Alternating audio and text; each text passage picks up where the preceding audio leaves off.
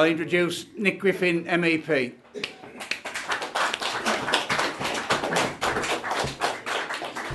Thank you very much. Well, going back 5 or 6 years, the British National Party was winning seats left, right and centre, the length and breadth of England, getting fantastic votes. And since then, we've been pushed back a bit. Quite simply, our votes aren't as high as they were. Why? Well, there's one simple reason. When we were taking seats off the Labour Party, it's because the Labour Party was in government. They were doing the most appalling things in this country. They dragged us into that bloody illegal war in Iraq, Afghanistan. They'd sold more and more of our rights and our freedoms to the European Union, and everybody was angry with the Labour Party. And when they're in government, the way for people, most of our voters are working class, so the way for people to kick the Labour Party was voting British National Party. Now that the Tories are in power, people who want to kick the government have got a choice, working class people. They can either vote BNP or they can vote Labour. Some of them vote Labour. So it's just the natural turn of the cycle means that our votes are somewhat down on what they were. But there is more to it than that. When we were really frightening the Labour Party, you've got to bear in mind this isn't just about politics, or at least for the Labour Party it isn't about politics. At town council level, like where Dawn is, no one from the Labour Party is interested in a lot of them. Certainly parish council, community council, like Clive's a community councillor, the Labour Party don't go there. Do you know why? Because they don't get paid for going there. Labour councillors get themselves elected to the levels that they get paid for. And then once they are there, what they get in their pockets out of the taxpayer for going to meetings, that's only a tiny bit. Because once you control the planning department, people will pay you money to get permission to build things they otherwise wouldn't get permission for instance. And basically the Labour Party is a sort of low-level criminal franchise at all levels. It's a way to get money. And then we come along, and in certain areas, the Labour Party had known for years, no one else could get elected. No one's going to vote Conservative on a poor estate where people used to have a coal mine, for instance. No chance, they know that. They thought they had those places forever. They didn't have to do any work at all. They just take people's votes for granted. They take the English working class for granted, the Labour Party, and they thought they could go on forever and a day. And then we came along and gave people an alternative, which isn't just a political danger to them, it's also a danger to their pockets. And they set about breaking this party. So we had 70 taxpayer-funded lawyers from the Equality Commission trying to destroy us. We had the BBC treating us in the most outrageous fashion. Any landlord in many parts of the country, certainly all through Lancashire, who dares to have us in a meeting, has the far left on his back, he has the Muslims on his back, and most of all he has the police coming around and saying, if you let the British National Party meet again, we'll oppose your licence. Landlord loses his licence, he loses his job, he loses his home, he could lose his family, wife, kids, the lot, just for having us in a perfectly legal, peaceful meeting. And when you apply that much pressure, those and many other things, to a party, obviously it gives it problems. And that's where we were. 2-3 years ago, we were £800,000 in debt. It was questionable whether this party would survive. We have survived. We've cleared the debts. There's a plethora of little micro-nationalist parties out there. One dies and one's born every month or so. But we're the only game in town.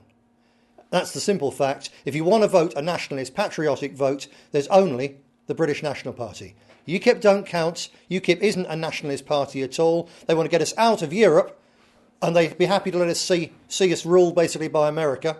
So they say, oh, we don't want to be ruled by Brussels. We don't want Brussels telling us what to do. But they're happy to have Americans telling us to send soldiers to Afghanistan to fight and die in somebody else's war. So UKIP's not a patriotic nationalist party. There's only us. And the problems of 2 or 3 years ago, we sorted it, and now we're rebuilding. Now, rebuilding a party like this is partly about what a lot of you have just been doing, folding leaflets, ready to go out, local campaign teams, getting them out there on the ground. It's also about standing in elections. 2 or 3 years ago, we very often fought in elections on the basis we want to stand in places we'll get a really high vote. These county council elections coming up are actually rather different. In these county council elections this year, all we want to do is stand candidates. Because the media, the press, the television, they're still telling people out there the British National Party's gone away. And we need to prove to them the British National Party hasn't gone away and we're growing, not declining. And the simplest way to do that is simple mathematics. All we need to do is to stand more candidates this year than we stood last year. And it's job done, because a party in decline, a party that's disappeared, doesn't stand more candidates this year than it did last year. So that's what we want to do. And any of you who, well, you all live in Cumbria, you could all stand in Cumbria. Anyone who's thinking about standing for this party, have a word with Clive or with Dawn, because there's seats there, and there's seats that we can do well in this year. And I'll tell you what, the next turn of the cycle, in 4 years' time, when the Labour Party have been in the government for 2 years and have taken this country right down the tubes as they will, we'll be able to walk into ex-Labour seats in Cumbria. And at county council level, actually, you're well paid for it.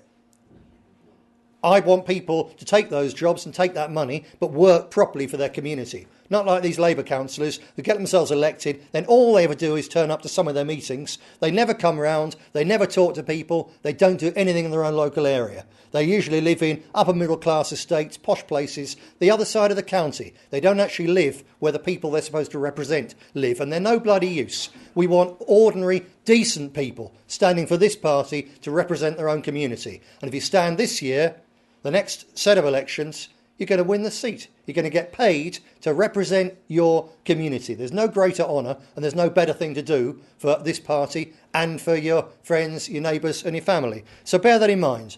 Now, I want to move on to the real political meat of this speech now. The question is, why were the powers that be, because it's all the establishment, it's the Labour Party, the BBC, the Lib Dems, the Tories, the newspapers, they were all determined to kill this party a few years ago. Why? Tell you why. It's the people who've run this country, the people who've ruined this country, the people who've made us second-class citizens all over our country and an endangered minority in city after city, London, Birmingham, Bradford, coming this way bit by bit. And if it's not Muslims and people from the third world, it's East Europeans coming over here, taking jobs and all the rest of it. Talking to a lady earlier on today who said that in streets around here, Polish kids are going around swearing at their English school friends, supposedly, calling them English bastards.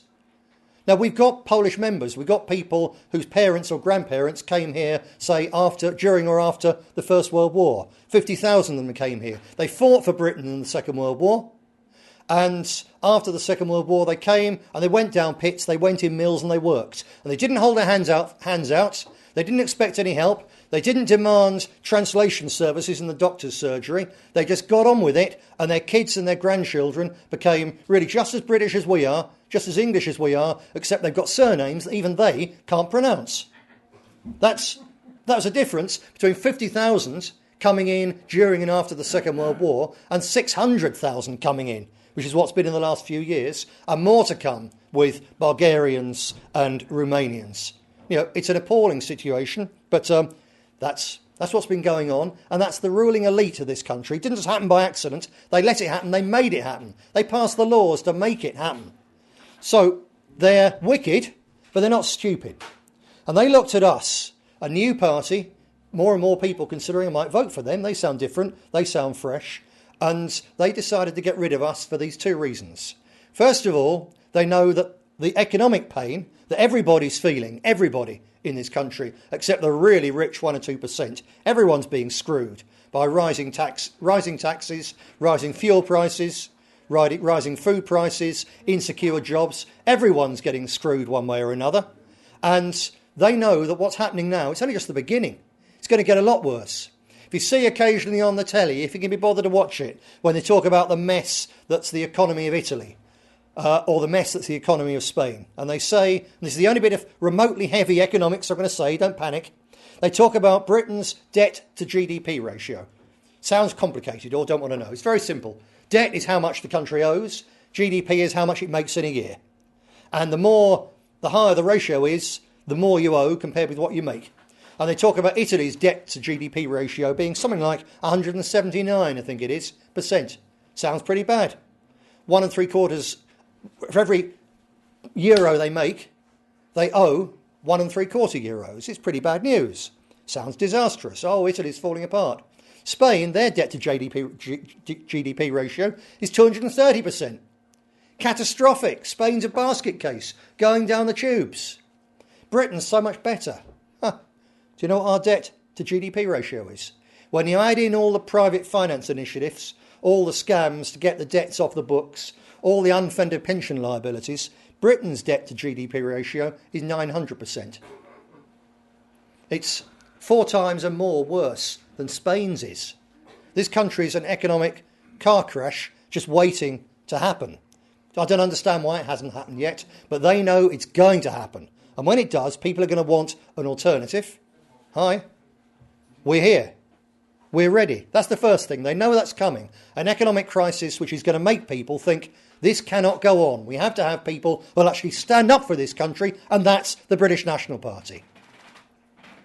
The second thing they know is that we've got a huge immigration crisis. Just general immigration, first of all. Now, there's 2 sorts of immigrants in this country. The ones who come in, basically. There's the ones who come here for the money. They come here because if you get money, you can get a better life for their kids. And we can't blame them as a party. We don't blame them for coming in and doing that. It's the politicians who let them come in such huge numbers that it takes away the chances of our people having the money and the space and so on and a decent life for their kids. It's the politicians who are to blame, not the immigrants themselves. But out of the immigrants who come in, there's 2 different sorts. They're all here for money. Some of them come to work. And some of them work bloody hard. I've worked with some of them. I've worked cutting vegetables in the fields in the southeast of England going back 20 years. And they work incredibly hard, those youngsters. And you've got kids with PhD degrees cutting courgettes and cauliflowers. It's quite remarkable, but they're getting paid 5 or 6 times what their parents get paid in high-level professions back in their own countries. You can't blame them for coming. They come here and they work really hard. Sometimes they pay taxes. But as long as they leave within a year, do you know they're allowed to take the taxes back with them? So the Daily Mail says, oh, it's because British workers won't work properly. They don't work hard enough. How the hell can British workers compete when we pay taxes and it's lost forever against people from Eastern Europe who pay taxes, and as long as they go back home for a holiday, they get all the taxes, a big wad of money they take out of this country with them, and they can invest 50 quid's worth of it in a new forged Polish identity and come straight back round and do the same thing all over again. So they're paying taxes, but they get it out. We can't compete with that. Not on your life. But at least they're working. But when they're working, they're taking British jobs, very often. They're not as bad as the other group of immigrants who are still here to get money, but they do it at our expense, the spongers. And we got homegrown British spongers, plenty of them. But to import spongers from all around the world, especially from failed Muslim states, is absolute madness. And that's what the political elite have been doing for years. And within this whole, the immigration problem would be serious because it affects everyone in this country. Even if one of them hasn't got your job or your home, it's adding pressure on jobs, it drives wages down, it adds pressure on the number of houses we've got available in this country. So it affects everyone, one way or another. But all those immigrants, because they're only here to get money, one way or another, they're not absolutely a threat to this country. They're a threat to the individuals, to workers, to families, to communities that get smashed up and so on just by having so many different people in. They're not a threat to the country as a whole. But there's one block of immigrants who are a direct threat to our country, and that's the Muslim bloc.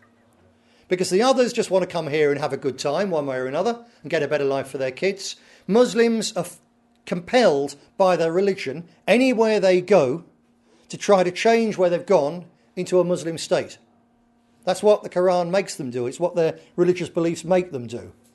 Well, so what? We're a Christian state. Why not have a Muslim state? Well, if you're a woman or if you've got a daughter or a granddaughter, it becomes a problem to you when you understand that the Quran regards a woman as worth half a man.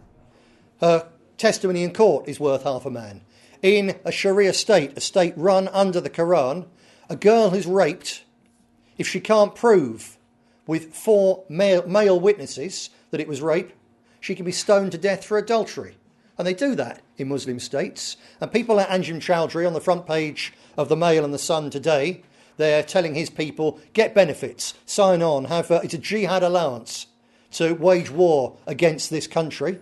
If they have their way, and they're having their way bit by bit in the maternity hospitals of most of England's major cities, and you look at the primary schools, in most of England's major cities. Carlisle's an exception still, just about at present. But if you look at the primary schools, you can see that the future of this country, if something is done, is Muslim. And when they get that future, then if you've got a daughter, a granddaughter, she's going to be living in a society dominated more and more by people like that. It's an appalling possibility, and that's where we're going if we don't turn it round, and we're the only ones who are going to turn it round. UKIP's Nigel Farage says he has no problem with Islam. Is he mad? I tell you why he's got no problem with Islam, actually. It's because he relies on the BBC to give him lots of publicity, and the BBC just loves Muslims. So he has to keep quiet about that. So he can bang on about Bulgarians, but he can't bang on about Muslims. That's where that comes from. But the powers that be in this country, they know the particular problem with Muslims. There's 2 points. First of all, when a population expands, and believe me, their population's expanding. When a population expands, it doesn't do this.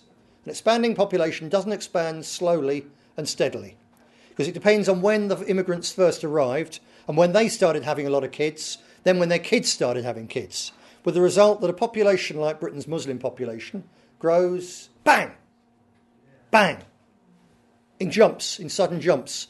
And because there's at present a huge wedge of young Muslim kids aged between about 14 to 18, still living with their parents, 5 or 6 to a house, that's the average birth rate. They're still living in one house, 5 or 6 of them. And in 2 or 3 years' time, that's going to change all of a sudden, because they're going to be bringing over their first and second cousins from the Indian subcontinent to marry, and that's what most of them do. More than half of them marry their first or second cousins, and these are people who've just been brought into this country, and the Tory government's still allowing it to happen. And because of that, their population is going to expand extraordinarily quickly, and as those 4 or 5 kids go past being 18 to 19 or 20, and they get married to someone else and they move out from their homes, their population is going to expand at an extraordinary rate in terms of the number of houses they need. And Britain's now building fewer houses than we have for decades, and there's no space, and there's no money to build more houses. Where are they going to go? They've got to take their neighbours' houses. And if you've looked on our website, British National Party Television, there's been a shocking series of news reports which BNP TV have filmed from Rotherham, where our lady organiser there, and a fantastic candidate, Marlene Guest, she met an old lady who was sitting in the street with a sign just saying, "Help me," because she's been this old girl, she's lived in this house all her life, husband's been dead some years, and her Muslim neighbours are persecuting her, smashing her windows, daubing her house. We put in CCTV cameras. The police said they couldn't afford CCTV cameras to protect an old lady who's worked in this country all her life, paid taxes in this country all her life. Her husband was in the armed forces, and the police can't put a CCTV camera in to protect her. Tell you what, if someone daubs a mosque, which they shouldn't do, but people do because they get angry, if somebody daubs a mosque, the police can immediately find the time, the manpower and the money to put CCTV cameras in there. But when it's one of our old ladies being persecuted and intimidated to drive her out of her house, then the police aren't interested. Absolutely disgraceful. The powers that be know that's happening, and they're worried because they know that as this population grows, just that bit more, there'll be a sudden jump as more and more and more of them start trying to push their English neighbours out. They don't all do it, but a significant number do. It's going to cause a lot of trouble. The other factor, the powers that be know, they know that Britain's Muslims are going to be upset. They're already upset. They're already angry about the war in Iraq, the war in Afghanistan, interfering in Libya, interfering in Mali, interfering everywhere, where the Americans and the Israeli right and the American military industrial complex, giant companies like Halliburton that make billions and billions of dollars every time they manage to get the US and therefore us into their wars. And they know that the next on the line, they're going to, we and the Americans are going to get sucked into Syria or invade Syria, interfere there. We're going to invade and bomb Iran. We're going to get dragged into more of these wars that got nothing at all to do with Britain. The British National Party would not have us in any of these wars because they're not our concern. But the establishment, Labour Party, Tory Party, Lib Dems, BBC, The Times, all of them, they all support these wars. Because they all support these wars, they know there's going to be more of them. And Britain's Muslims are going to be very, very angry about it indeed. And they're going to kick off. and more young ones are going to blow themselves up on tube trains or buses. And they'll think, because they believe it's justified, because a young Muslim living in Britain very rarely thinks about Britain. A young Sikh does. This isn't a race thing, it's a religious cultural thing. Young Sikhs who've been born in Britain think of themselves as British Sikhs.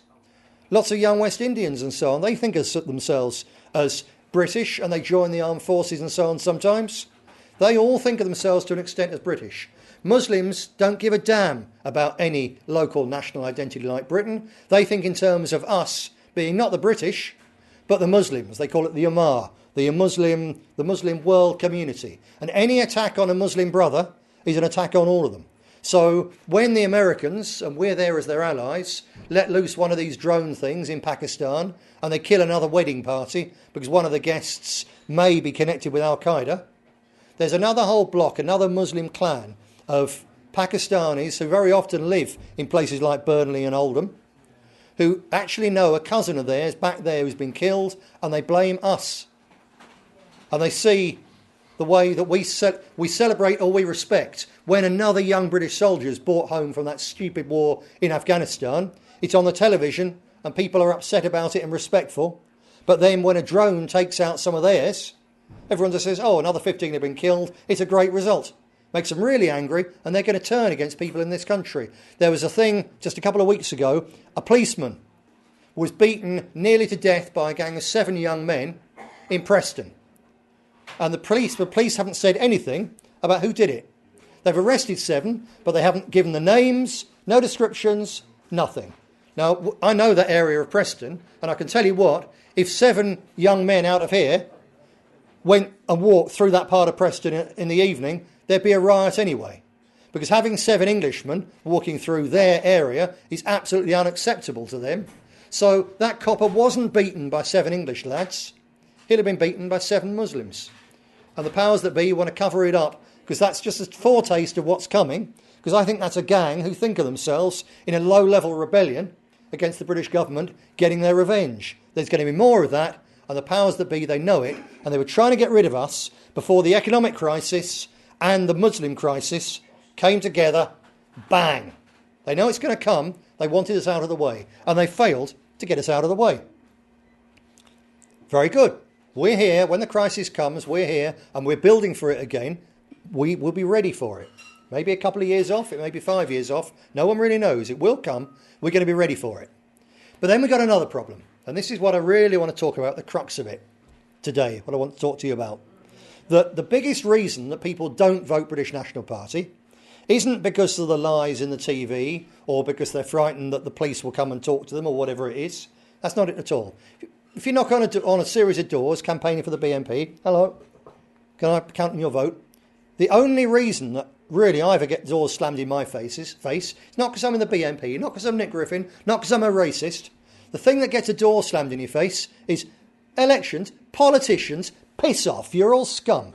All politicians are scum. They're all greedy, grasping, corrupt bastards who are in it for themselves with their noses in the trough. And that's what 40 years of Tory, Liberal, Labour, one gets in, one gets out, Tweedledum, Tweedledee, Tweedledum, Tweedledee. And every time they turn out to be more useless and more corrupt than the ones before, it's turned people off politics. And especially the people who should be most angry about what's being done. Because let's face it, if you've got plenty of money, if you've got a nice civil service job, you've got a nice house, you can send your kids to a private school, then mass immigration doesn't affect you. The bedroom tax doesn't affect you. Screwing people down because they're on benefits doesn't affect you. The people who are being affected by what they've done to this country, the people who are being screwed as they screw to get money back to pay the banks, to prop them up after all the mess that they made, the people who get screwed are poor people. There are voters get screwed more than anyone. So the very people who need this party, who need an alternative, who need something radical, who need some hope, the very people who should be turning to us, they're the ones most turned off politics because they're the ones who've been most let down by politicians. I want to put it like this. Imagine a friend of yours who doesn't know much about dogs. Okay? Let's think of someone who doesn't know much about dogs. But because there's more and more burglary and there's young kids with nothing to do who are, because they've got nothing to do and no decent jobs, they're vandalising bus shelters and kicking balls against people's front doors and this sort of stuff. They decide that they think they should get a dog. Right?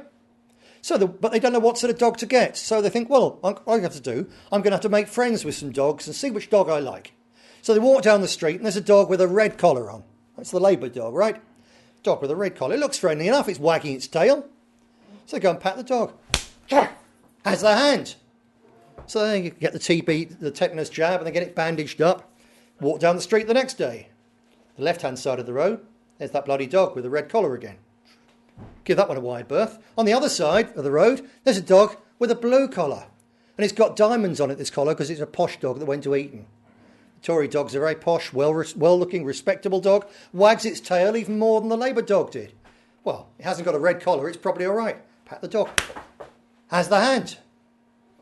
And, because they've just been to the butcher's, it has a string of sausages. Runs off. They're left bleeding. No tea. So by this time, they don't like dogs with red collars, don't like dogs with blue collars. Next day, walking down the road, there's the Labour dog over there. There's the blue collar dog over there. So they walk down the middle of the road. And in the middle of the road, there's a bit of a smaller dog. It's a sort of bit of a mincing dog, wearing an orange collar. So yes, it's the Lib Dem dog. And it's wagging its tail frantically. And it's got this delicate walk. Hey, it looks nice. So, OK, I'll give it one more go. Pat the Lib Dem dog. Has the hand and pisses up their leg as well.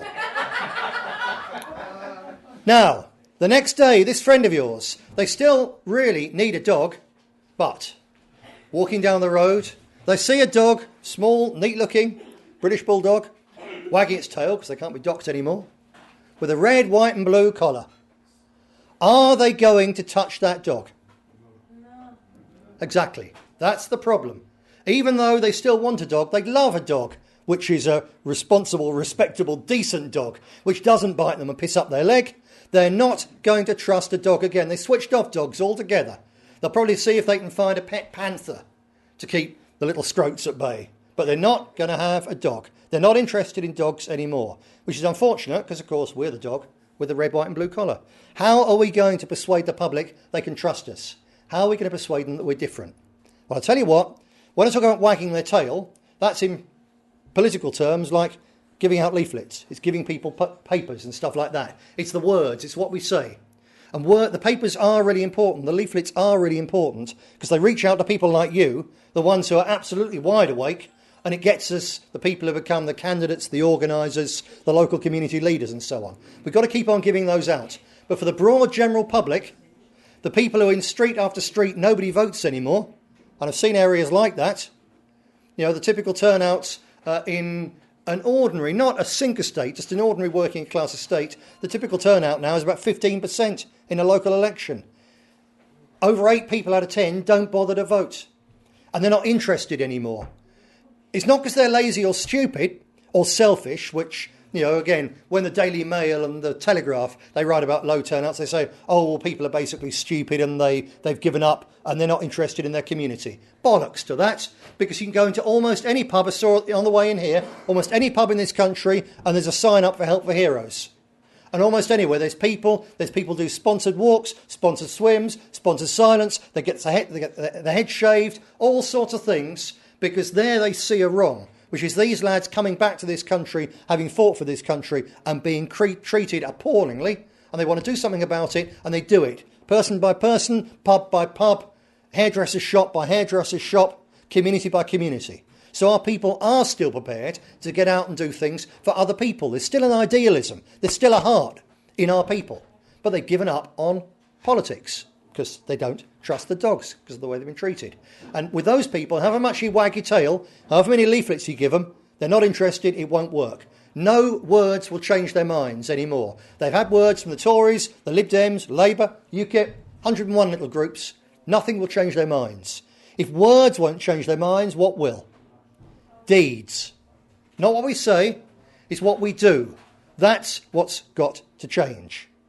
And if you've watched the television over the last few months, the news, TV news, you'd have seen the liberal left, the BBC and so on, squealing blue murder about a party called Golden Dawn in Greece, a nationalist party in Greece, who are making enormous strides, fantastic progress. So they're condemned by the BBC and so on, as dangerous extremists, neo-Nazis and all the rest of this nonsense when they've lost the argument. So they're condemned. They're very dangerously extreme. So extreme that the Greek government is now saying they're a threat to democracy, so they must be banned. Yeah?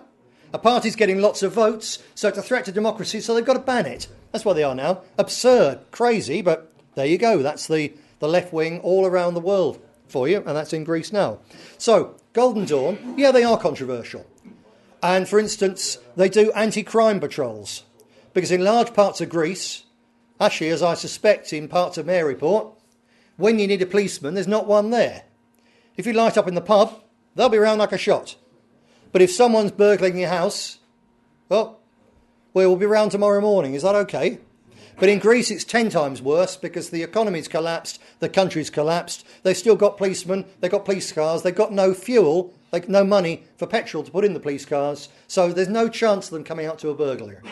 And Greece has got huge numbers of young, usually illegal immigrants from sub-Saharan Africa or the Middle East. And whereas here, they come over here and we look after them. The councils look after them. They give them the houses. They put them to the front of the housing queue, the benefits queue and so on. In Greece, actually, it's so poor that even the immigrants aren't getting looked after.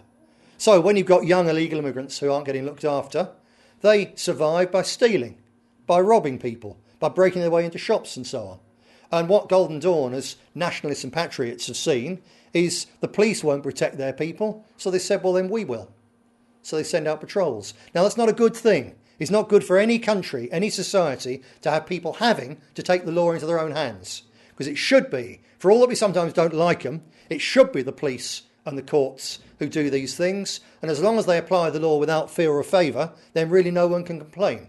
But when the police and the courts aren't there anymore, when they won't do a thing, then I believe that at that point, decent people like us and decent people like people in Greece, if they or their family or their neighbours, their communities, are being attacked and robbed, you haven't just got a right to exercise self-defence, you've got a duty to exercise self-defence on behalf of your community. And that's what the Greeks are doing, and I say, good luck to them.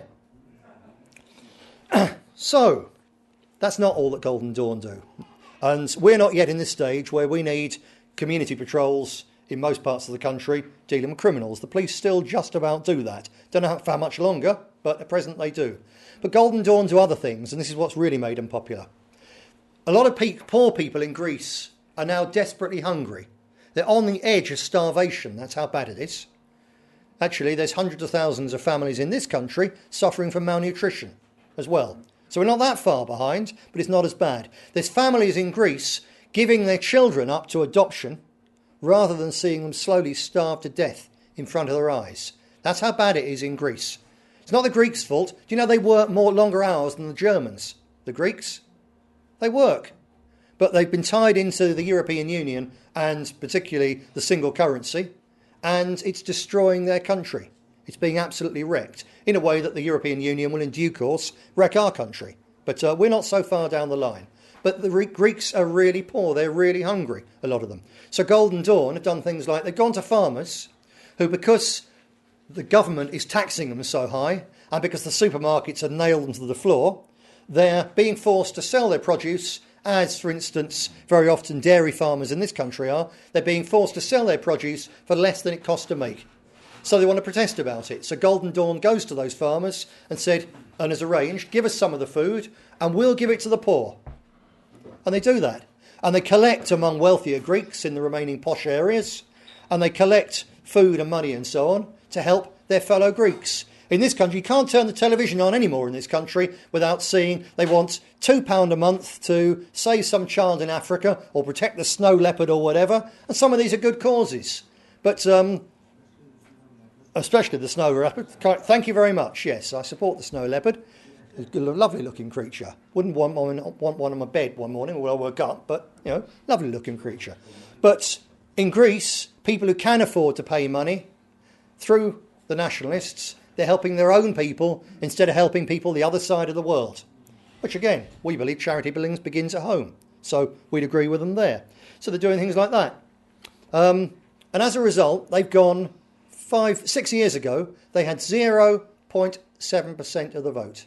That's fewer than 1 in 100 people voting for the Nationalist Party in Greece 6 years ago. Now they've got 18 MPs, and they're on about 15% of the vote nationwide. 0.7 to 15% in 6 years. We, in the last European elections around the country as a whole, were on about 6%. 8 or 9 times what Golden Dawn were 6 years ago. That's why they wanted to get rid of us while they still had time, because our base level of support was about 8 times what the Greek nationalists was before the crisis hit there. And they're making progress. What else do they do? Yeah, medicine is heavily, the health service in Greece is even more privatised than ours is. It's an even worse mess than ours is. So if you're poor in Greece, you can't afford medicines, you can't afford new glasses for driving, whatever, if you can afford fuel. So you really are on a hiding to nothing. So Golden Dawn have got together, and because particularly when Turkey invaded Cyprus, huge numbers of Greeks fled all over the world. A lot of countries in the Western world have a significant Greek population. And the Greeks still tend to think in terms of, well, we're Greek, maybe living somewhere else, but we've got a duty to help our own people. The English have forgotten that, sadly, in large measure, but the Greeks remember it. So right now, Golden Dawn, not just in Greece, they've got supporters and members and organisers in Canada and the United States and Australia and London. And in their own community, they go around and they say, have you got any unused medicines? Have you got any out-of-date medicines? If you wear glasses, have you got a pair which you used to use, but you've now got a stronger pair, and they just sat in the drawer? And if you have, give them to us, and they box them up, and they ship them back to Greece. And then in areas of Athens where people are too poor to buy medicines or get glasses, they run stalls and they run surgeries where people can come along and they can have the medicines given to them. And there's 40 pairs of glasses there. Try a pair on till you get a pair that remotely works. And then they go home to their neighbours who say, how did you afford to buy a new pair of glasses? Well, I didn't. I got them because Golden Dawn have helped. Word spreads.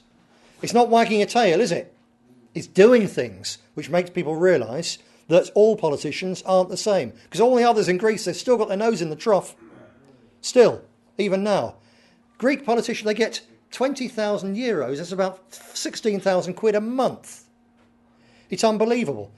Tell you my take-home pay, after tax and after what I give to good causes, my take-home pay is just over 100 quid a day.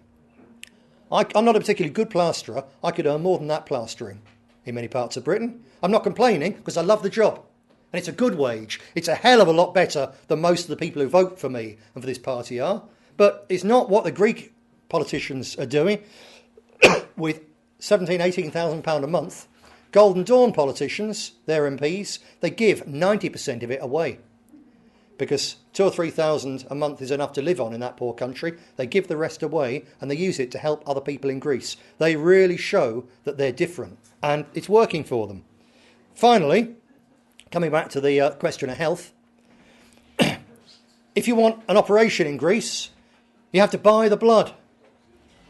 And most of the blood in Greece in recent years has been donated, sold by immigrants, many of whom have got HIV or hepatitis, so it makes having a blood transfusion in Greece a dangerous business. So Golden Dawn have got together, and if someone youngish comes along and has a pair of glasses, and they say, look, what can I do to repay you? I can't give you money, I'm working all hours that God sends to keep my family, so I can't come and work for you, what can I do? And they simply say, come along to our blood donation clinic and give half an armful, as Tony Hancock used to say, give half an armful to us for fellow Greeks. Not for anybody else, because the politicians will still look after the foreigners, just for us. Can you think of anything more powerful, symbolically, than encouraging your own people to give blood to help injured, hurt, sick members of their own community? Fantastically powerful, and that's the kind of thing that Golden Dawn are doing. And they prove they're different. And that's what we've got to do. We have to do the same thing, or find ways to apply it. And having realised this quite recently, I started looking and found actually we do it. But we've been doing it just here and just there, in small places. I'll give you a couple of examples. Down in Burnley, not that far down the road, Sharon Wilkinson got elected as a district councillor for the British National Party.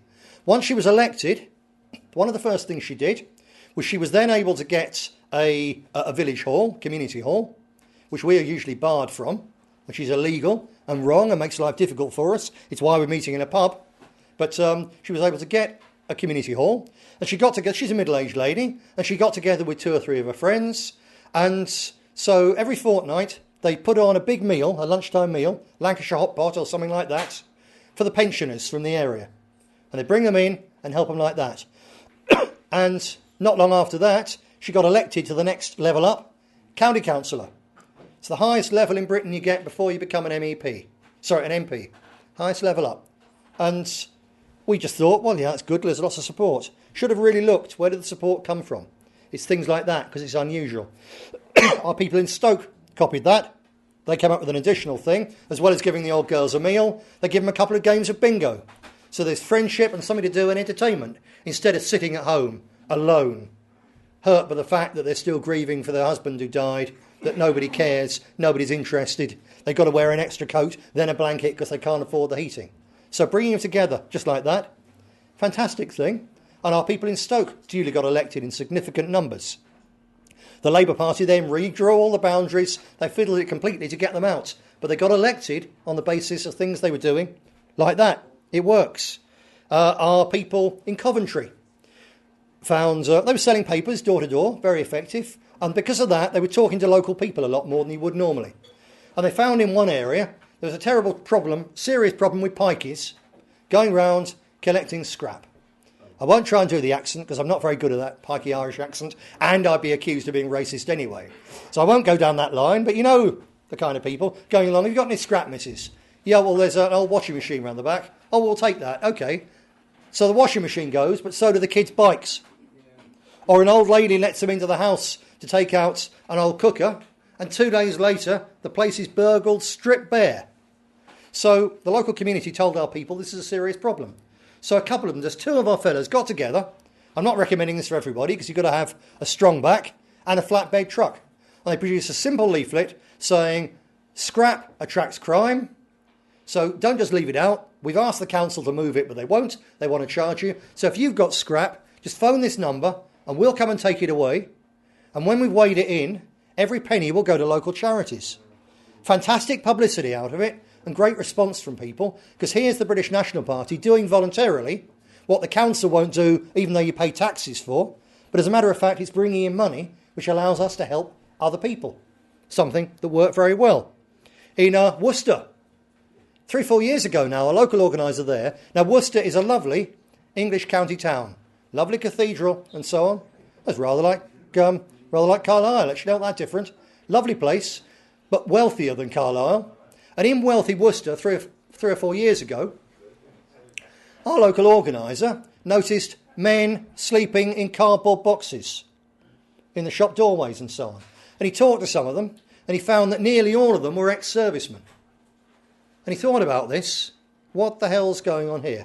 You've got young men, still young, who fought for this country, who risked their lives for this country, had their mates' brains splattered all over them for this country, and came back, left the army, very often with their heads in bits, even if they're not injured, because of what they've been through.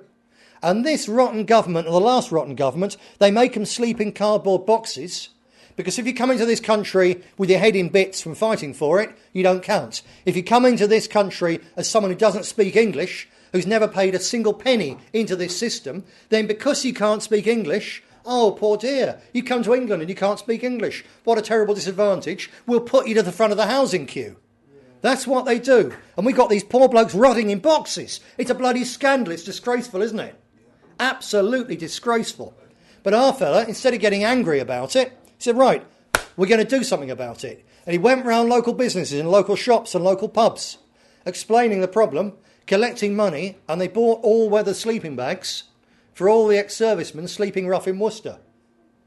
Fantastic. Now, we didn't get any publicity out of that. But hell, why do you want publicity out of that? It's just doing something that's right.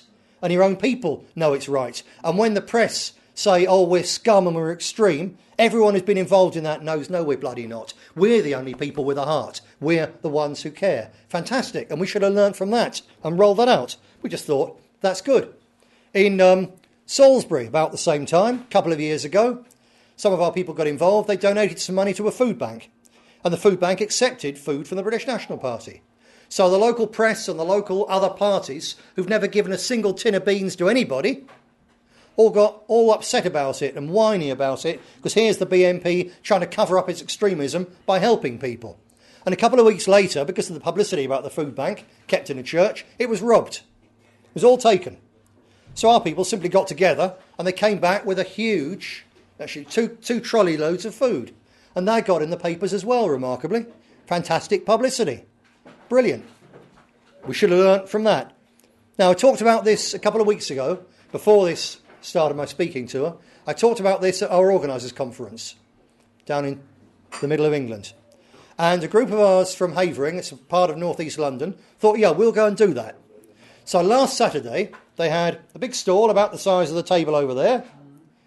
Instead of being covered with leaflets and with papers, it was just covered in tins of food.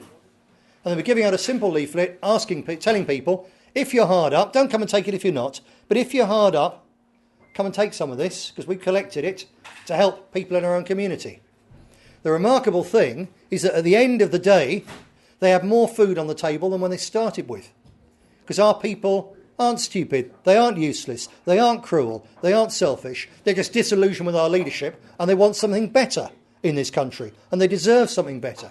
And you had things like, there's a wonderful picture on our website of an old lady on one of these mobility scooters come up and talk to our people, found out what was going on. They thought she'd come to take a Fray Bentos pie and a couple of tins of potatoes and peas.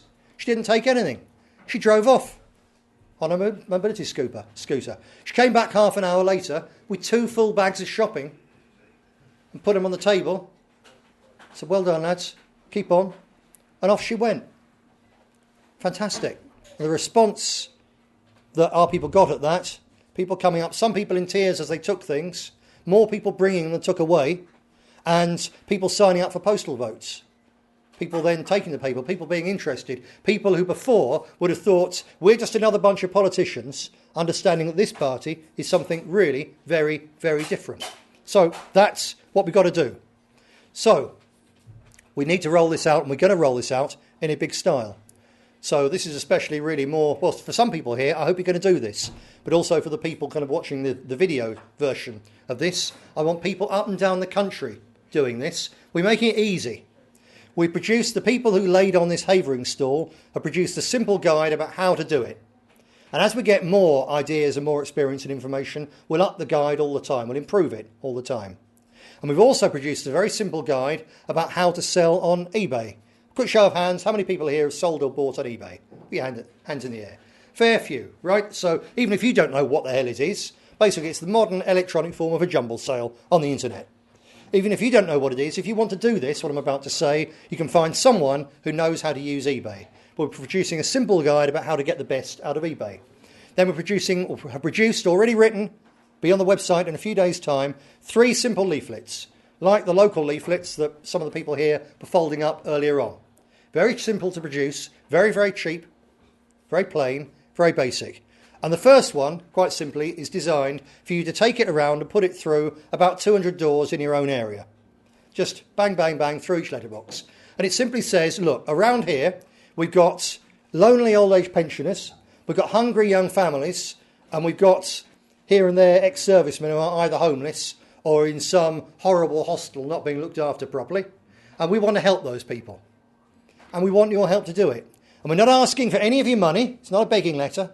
We're not asking for any of your time even.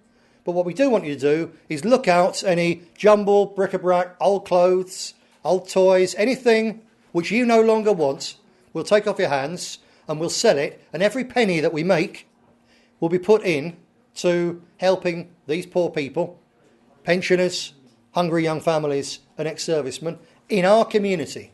Because we need to show and bring back some community spirit and heart to this place. And I don't want anybody, ever, because I think this can roll out and be hugely popular. I never, ever want to hear of anyone who takes that money for themselves or for the party. We'll pay for our own leaflets, for our own papers, for our own election addresses out of our own pockets. We're telling the public we're raising that money to help poor people out there, and that is exactly what we will do. And anyone ever breaks that, I'm going to have them booted out of this party, because we've got to be honest and proper with people and not be like the corrupt ones, right? Absolutely essential.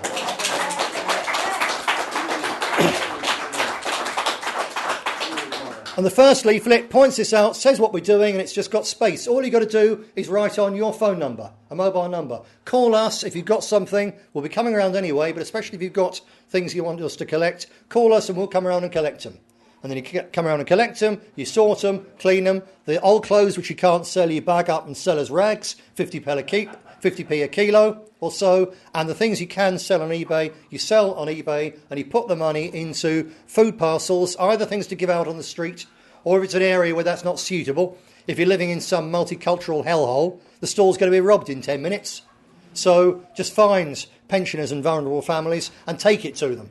And if a pensioner says, I don't want it, I'm okay, then ask, say fantastic, that's great. Do you know someone who's not as fortunate as you? We can go and help. That's the way to do it. That's the first leaflet. The second leaflet is the one you take round when you go round to collect things. And it's put through a door if someone's out. Sorry you were out. We're raising money through collecting things to sell to help pensioners and hard-up families and homeless ex-servicemen. And if you've got anything you'd like us to collect, please give us a ring. It's just a reminder. It's also reminding this party's different. So it's got a direct purpose and an indirect purpose. And the third leaflet will be put out a couple of weeks later. Will say there's more spaces which got to be filled in. One of them says, thanks to you, the people around here, we raised GAP. So you put in £33 or £330, whatever it is. And with that, we were able to help, and you put in. If it's only 30 quid, perhaps it's only 6 old age pensioners. It's not many. It's more than anyone else has ever done. It shows what we're trying to do. We can't help everybody, but it's just the fact that we're helping some people shows what our intentions are, what's in our heart. And that third leaflet goes out, and that will also say, we're going to keep on with this, so put anything aside, keep the number and phone us. And also, if you want to get involved, if you could give an hour of your time, please give us a ring and get involved. And I guarantee that's going to be a better recruiter to get people in to help build the party than an ordinary political leaflet where most people think politicians, they're all scum. So that's why we want to go with it. Finally, when someone has given you something, when you've given something to somebody else, give them a postal vote form. Sign them up as a postal voter. Because we are doing this because we want to help people, but also because we want to get the votes, to get the power we need, so that our idea of charity begins at home isn't a matter of what people donate to sell on eBay. It's also the 12 billion pounds, 12.6 billion pounds that the British government gives every year in foreign aid to places like India. India's got a space programme. Britain hasn't got a space programme. What the hell are we doing giving millions and millions of pounds of foreign aid to people in India when there's hundreds of thousands of kids with malnutrition in our country? One day we want to put this right, but to do it, we've got to get votes. It starts this way, by winning people's hearts. So that is where we're going to be going. We're going to be carrying on with the elections, with the postal votes, with the leaflets, all of that. This is something extra we've got to do. So I'm appealing to people out there especially who perhaps haven't been involved, haven't felt comfortable doing the politics. If I'm doing politics and someone asks me about a policy, I might not know the answer. So I'm frightened, I won't do it. This is something completely different. So we want new people to get involved and do these things and transform not just the image of this party, but also out there, transform other people's lives by giving them hope that as actually a political party and a body of people who understand what it's like and genuinely want to do things to put things right.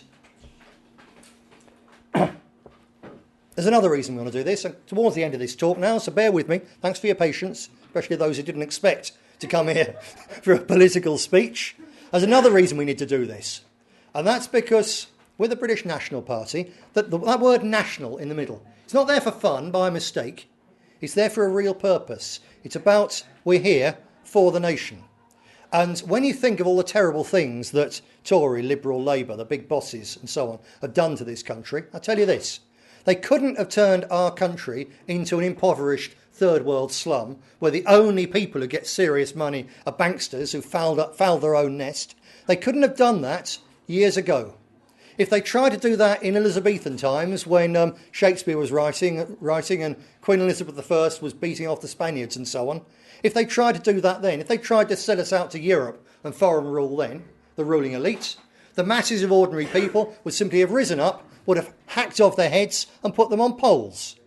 Because in those days, the English in those days were a nation, and we had self-respect and pride, and we understood that a government had to be there to help and protect the people of its country, not the people of everywhere else. If people had tried to do this in Victorian times, if a government had come along in Victorian times and said, right, because of global warming and carbon's the nature's most important fertiliser, and man-made global warming is a fiction, it's nonsense, it's bullshit. But if they come along in Victorian times and said that, and because of global warming, we're going to tax you, we're going to put huge amounts of money on all your bills, the country as a whole is going to spend £18 billion a year fighting a mythical danger in the sky, and the money's all going to be channeled to the super rich out of the pockets of ordinary people, and it's going to deindustrialise Britain, because if they're going to reach the target of cutting our carbon emissions by 80%, they can only do it by closing every last factory in Britain. And that's what this... It's not just the Labour Party brought it in, the Conservative Party are up to their necks in it as well. If people had said that in Victorian times, we're going to deindustrialise the workshop in the world, they wouldn't have hacked off their heads, but they would have put them in lunatic asylums, or they'd taken them up in front of the judge in Carlisle Assizes, who'd have looked at what they said, he'd have banged the table and said, Australia, 14 years, off you go, in chains. The things done to this country are because we've lost our sense of cohesion. A very, very, very, I promise, brief history lesson, something they never taught you at school. The mass immigration that's transformed this country without so much as a buy your leave and made it a far, far more dangerous, sad and divided place. They tried to do the same, our ruling elite, at the end of the First World War. When men came back from the trenches or off the battleships in 1918, they found in every single port in Britain, Cardiff, London, Hull, Liverpool, Glasgow, every single major port, they found huge numbers of Africans and West Indians had been moved in the previous years. And these fellas came home, having spent 4 years in the trenches up to their knees in mud and guts and death and horror. They came home and found the ruling elite happily giving their houses and their jobs and their women to people who just come into the country from the other side of the world. You know what they did? They rioted. I'm not advocating rioting, but that's what they did. They rioted, they caused so much trouble, places were burnt to the ground, there was fighting all over those ports, and after a few weeks of this, the government said, right, fair enough, and they shipped them all back home. They gave them tickets, said, sorry, it's not working, they shipped them back home. This time around, look at the mess that this country is in. And the key reason it's not our ruling elite is the fact that the British people as a whole, especially the English, have lost their sense of cohesion and national identity, and they just let it happen. And we have to give that back. How do we turn people back into a nation? Not just by waving a magic wand, not by lecturing them off the television, it's actually by example. Because what a nation is absolutely important, and it's how helping people will bring us together. A nation isn't just everybody who lives in Britain.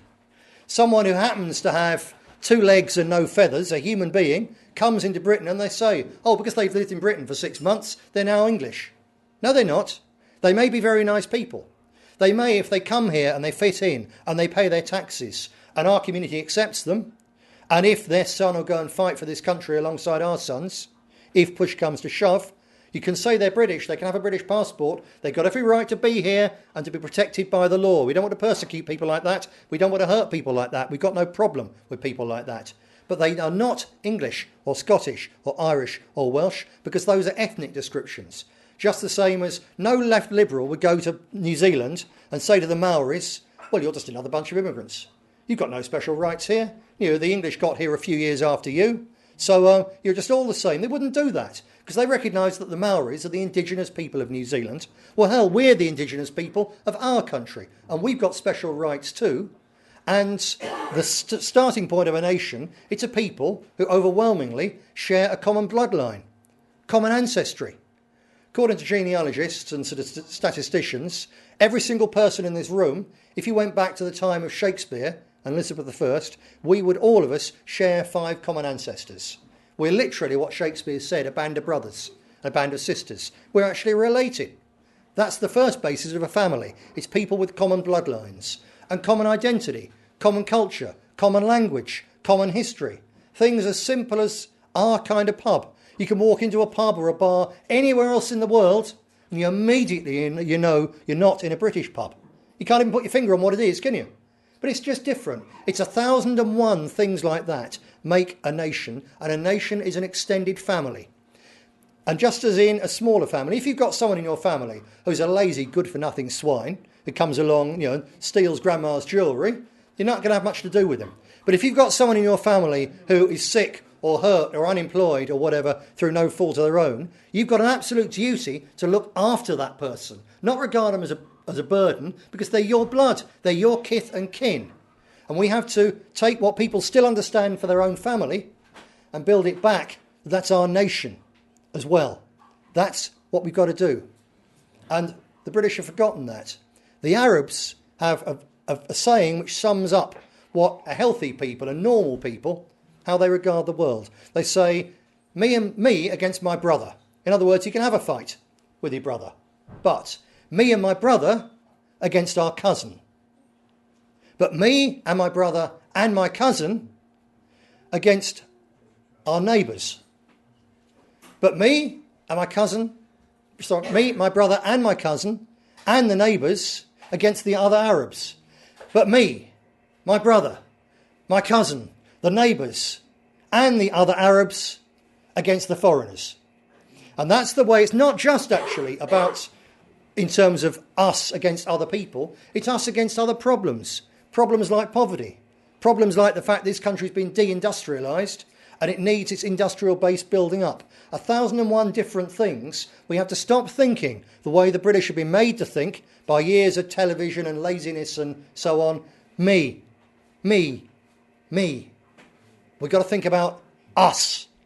And we can't just tell people that, we have to show them and win them heart by heart and house by house and street by street to get them back to a healthy way of viewing the world so that they won't be put upon and they won't let their brother or their sister be put upon. And our brothers and our sisters are being put upon right now in places like Oldham and Burnley and Bradford because they're the ones who've borne the brunt of the mass immigration hellhole under Islam. And unless we stand with our brothers and our sisters now, then it'll come to Maryport in due course and everywhere else in Britain. So we have to stand together, and under this party we will stand together.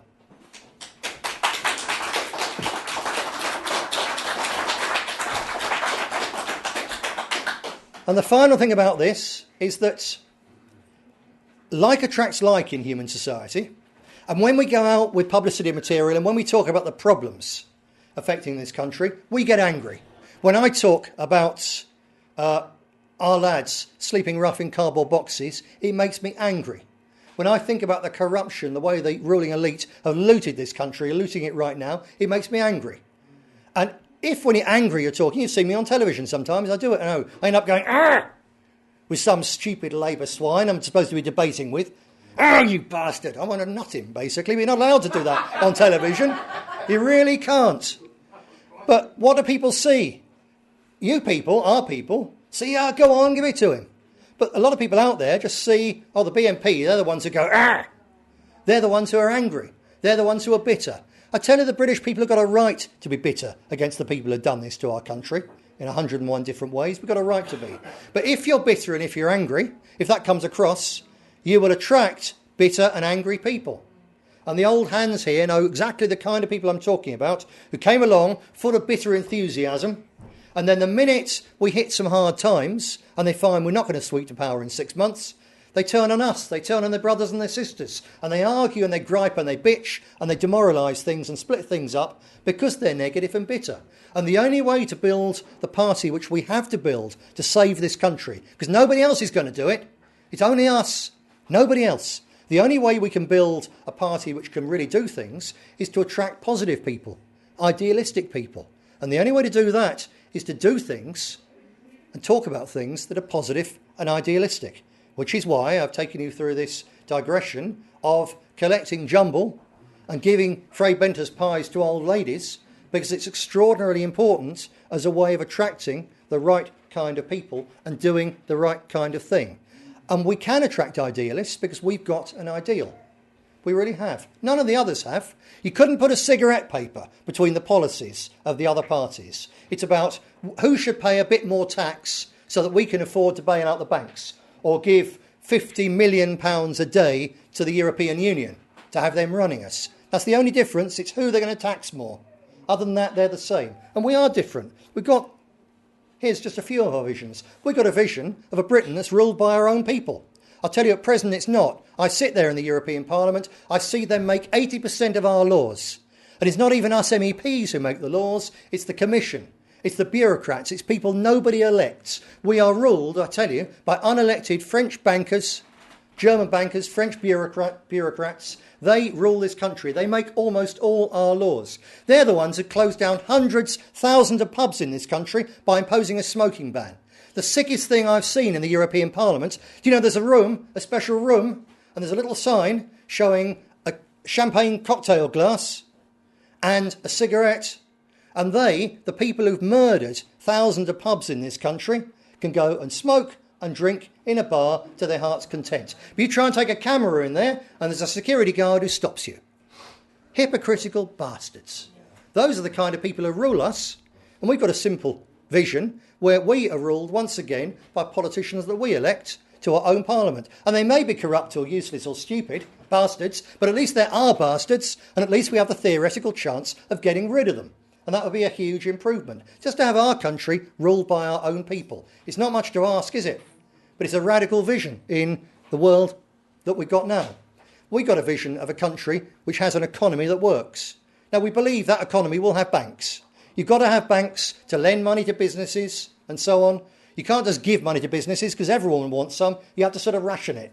And having someone, a proper old bank manager, who looks at which business might work and might fail and charges a sensible amount of interest by way of rationing it, that's a good way to work.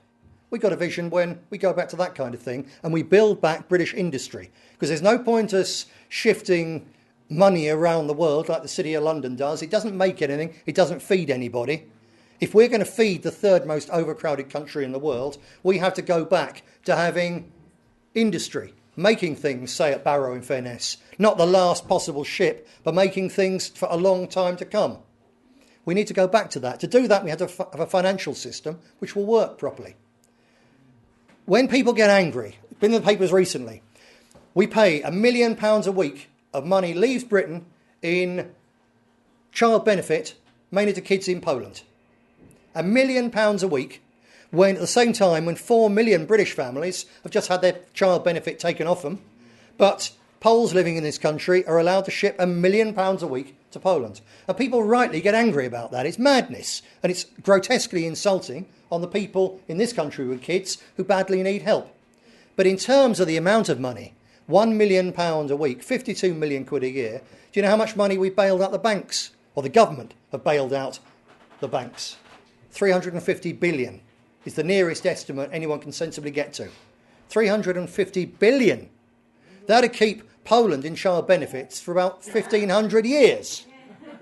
So the banks are the real problem, bigger than all the rest. And we've got a vision of a Britain in which there are still banks, but they're there, controlled by people appointed, independent people appointed by the government, controlled by the government, who produce the amount of money that's required, free of interest, and spend it on capital projects, such as, for instance, a new thorium power plant at Sellafield. Spend it on projects that we need, instead of having greedy private banks creating it out of nothing and lending it to the rest of us at obscene interest rates, so that we end up with the whole of this Britain country. It's like a pyramid the wrong way round. The banks are at the top and everyone else has to serve them. Industry's there to serve the banks, workers are there to serve industry, and everyone in the end gets screwed. We just reverse it. You can have banks, but they should be there to serve industry. Industry's there to serve the nation. It's there to serve the people. We've got that vision, and it can happen. We can make it happen. We've got a vision of a Britain that isn't corrupt. I'll tell you one piece of corruption, stunning piece of corruption. You think of corruption in terms of a local councillor who takes the backhanders. That's not the level of corruption. How about this? In the last year and a half, this Conservative government has given more than half of the schools in England and Wales, the secondary schools, all the land, all the buildings, the car parks, the playing fields, they've given those to private business. We still have to pay the costs of sending the kids there, of paying the teachers, of repairs and all the rest of it, but the actual title deeds, the wealth, billions and billions and billions of pounds, the government has given to private businesses. And the private businesses at the top of it are the private businesses who before the last election gave 200,000, 250,000, £500,000 to the Conservative Party to win the bloody election in the first place. And I've got a vision of a Britain where there isn't corruption and where people who do things like that spend the rest of their lives in prison and the assets they stole from our people come back to our communities to be run by our elected councillors for the benefit of the British people.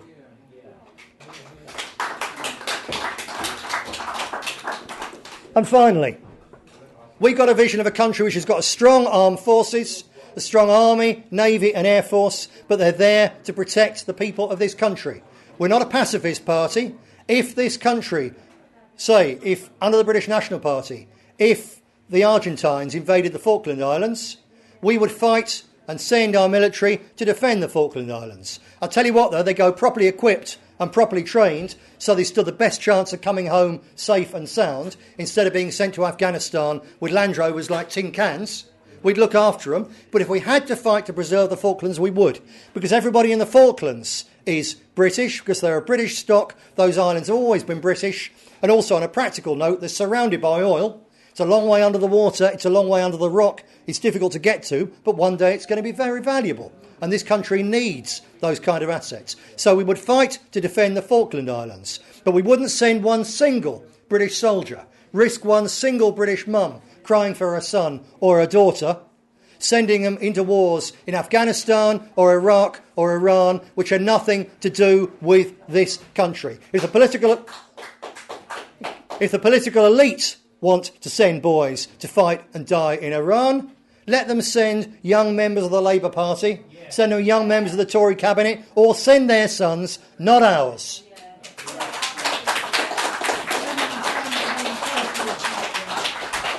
And that's our vision. It's a simple, straightforward, common sense vision of a Britain run by our people, for our people, where we're free to be ourselves, where you can fly an English flag on St George's Day without having some council jobsworth coming around and calling you a racist. In fact, we should be able to fly our national flags on our own buildings, on our own pubs, on our own homes, 365 days of the year, and if someone doesn't like it, they can bugger off to another country.